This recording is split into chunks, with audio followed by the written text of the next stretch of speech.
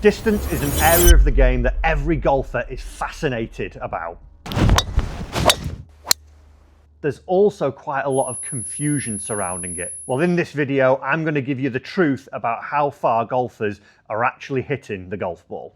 Thanks to our friends at ShotScope, I'm going to be taking you through some data collected from hundreds and thousands of golfers of how far 7-iron and drivers are going. I'm also going to be debunking a few misconceptions and giving you a few tips along the way to maybe help you gain a few yards. Now, one thing you can do to gain a few yards, I heard 3 yards per club, is subscribe to the channel. If you do that, you're going to get those 3 yards. So before we get into how far golfers are actually hitting their 7-irons with the data from ShotScope, I wanted to take a look at some of the reasons why we might be getting this wrong. And I actually did a poll on my channel to find out what you think the average golfer would hit a 7-iron. We're basing an average golfer off a 20 handicap. Average handicap is 18 in the world, 20 is the stat that we've got from ShotScope. And I'm going to throw the results up here now. Now, looking at these results here, we can see that one sticks out, and actually that would be round about where the 7-iron distance would be. I'm going to tell you exactly what it is very shortly. But there's also some misconceptions there. We see another percentage being quite high, and then a few smatterings. And also the comments are quite interesting as to how far people are thinking that the average golfer should hit their 7-iron. But like I say, why would we maybe get this misconception and get this wrong? Because actually, I don't think everyone has it quite nailed on as to how far you personally hit the golf ball. And I think there's 4 main reasons as to why we might actually not be getting the right numbers when we're choosing our carry distances. And that is firstly a key thing that we need to actually just take from this video. When doing your distances, always work on carry. Total numbers are almost irrelevant because you don't know how the ground will react. You might get a funny bounce, you might be playing on softer ground, firmer ground, uphill, downhill. There's lots of factors that would throw total distance out. So when talking distance, always talk in carry. Now, firstly, one of the main reasons why we might actually be getting our distances wrong is because we judge our distances off the best ever shot we've hit. If you think about it, when someone asks you how far do you hit your 7-iron, you don't play the memory bank of mediocre shots that you have in your mind where you struck it okay, it got somewhere where you thought it was going to go. You play that highlight reel, you play the Hollywood shot, that one shot that you absolutely flushed. It flew 5-10 yards further than you normally thought it would go. It landed close to the pin and it was an extraordinary shot compared to all the other ones that you hit with that club. And that's where the performance average distance comes in with ShotScope. When I show you these distances in a moment, we're going to take the good, the bad, the mediocre and blend them all together. We're not just working off that one best shot that we've ever hit. Also, when we think about how far we're hitting it, we maybe think of it as a linear scale. We maybe think that, well, I always strike it like this. I've always been this way. I've always been this flexible. I've always been this strong. And that's not the case, because if I popped up some data here now about how far distance versus age is affected, we can see that it's not a linear line. We can see that it goes up and down. It has a bell curve, and we would expect as we're younger and we peak around that 40 to 50 age, and then when we start to go down towards our 60s and 70s, that distance also goes down with it.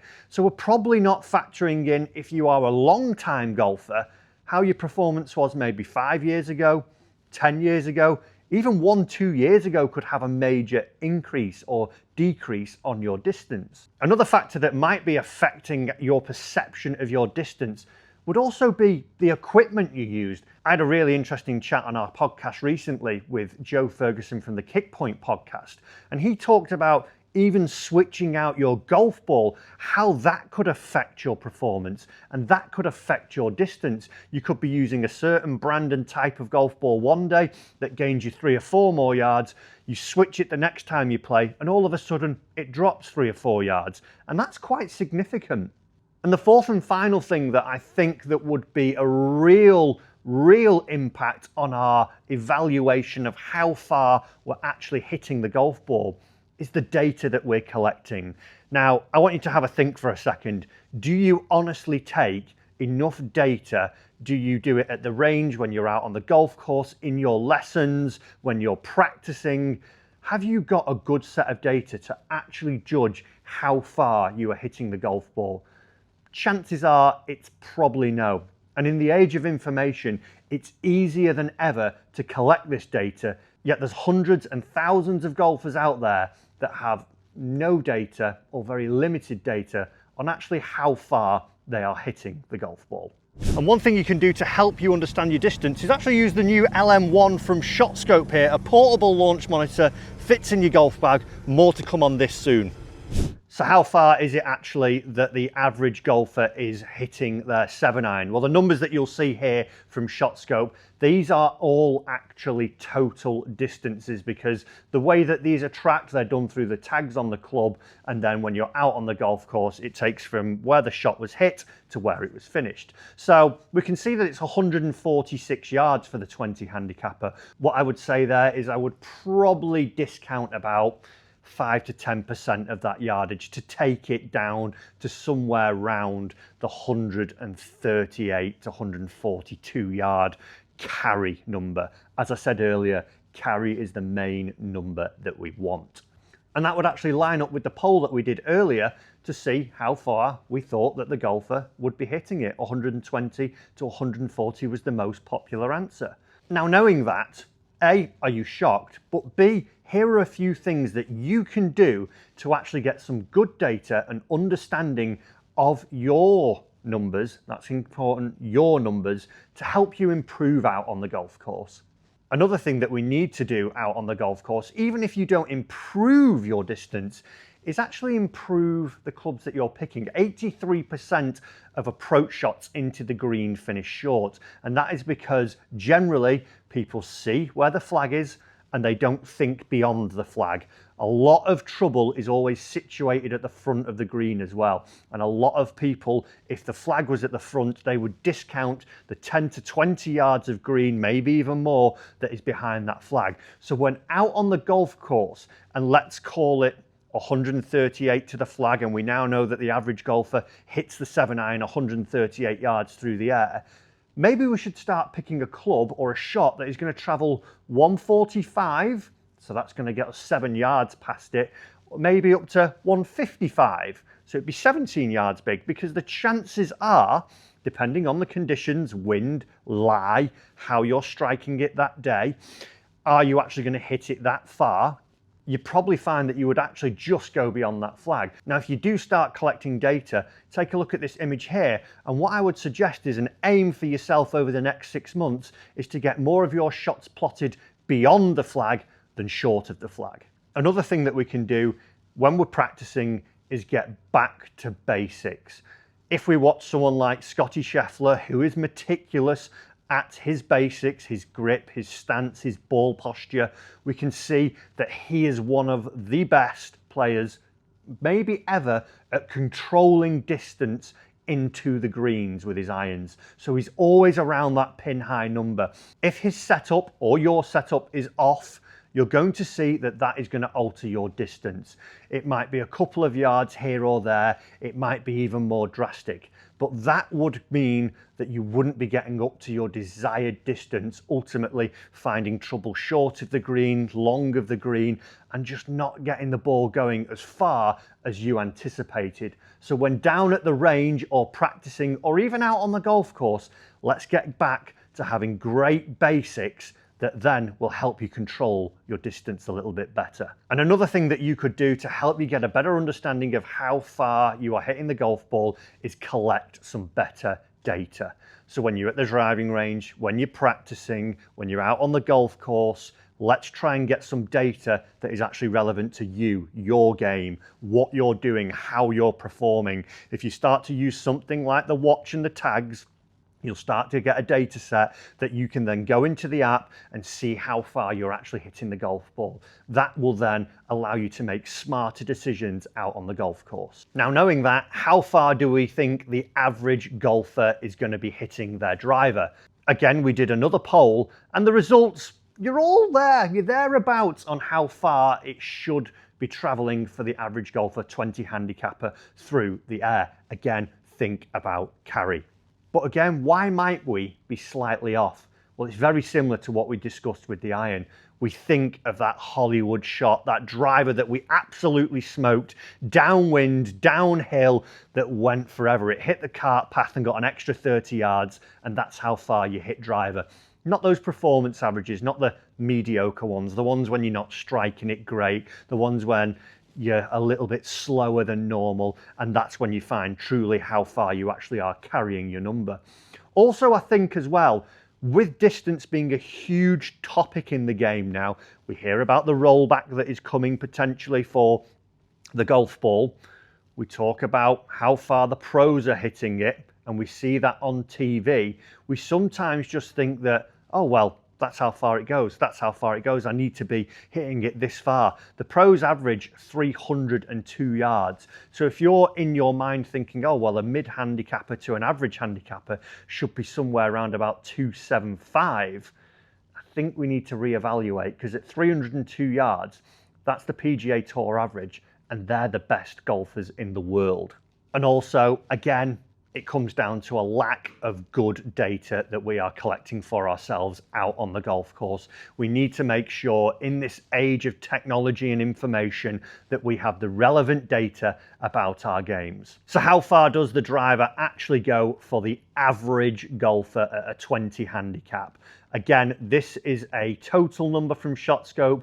Take about 5 to 10% off, and we would see that 225 yards would be in that early 200 and teens number, around about 215 of carry for the average golfer. Now, when we look at that versus maybe a scratch golfer, the best golfer that you see at your golf club, they're hitting it 285 yards total, again, round about 265 yards carry. I think a lot of golfers get a little bit worried that they're not hitting it far enough, maybe think that 250 should be how far we are hitting driver, because that's what we hear all the time. And oh no, I'm not long enough. You need to get longer. You need to be better.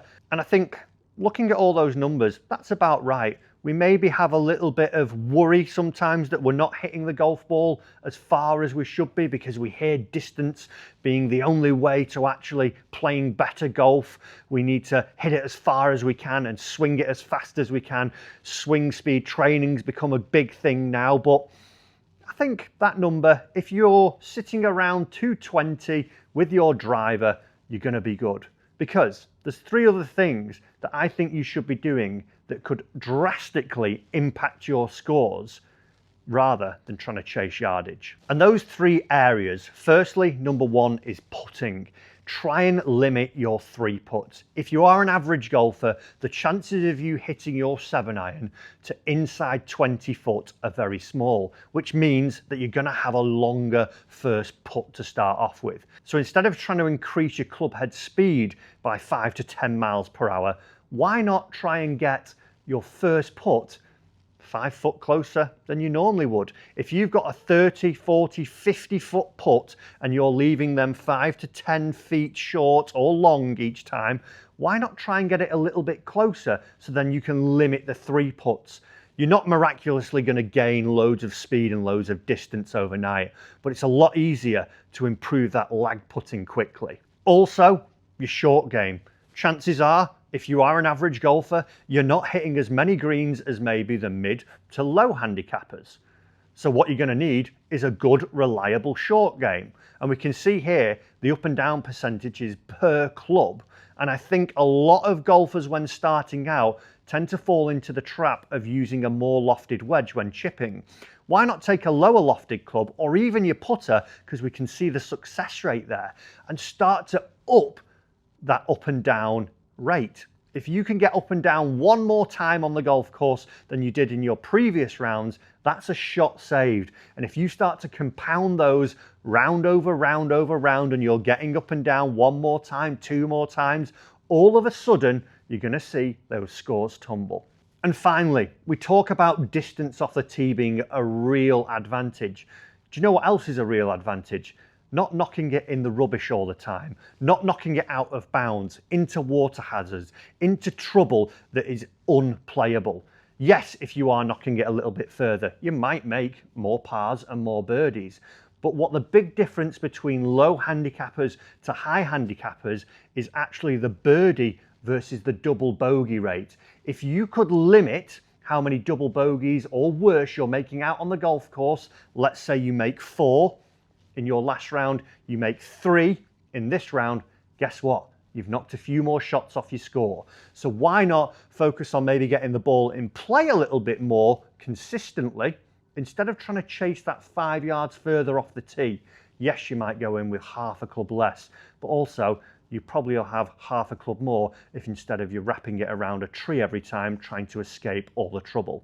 So that is how far average golfers are hitting their clubs, and some things that you can do to help you actually get a better grip on how far you're hitting it, and also a few quick and easy ways that you can start to improve your scores.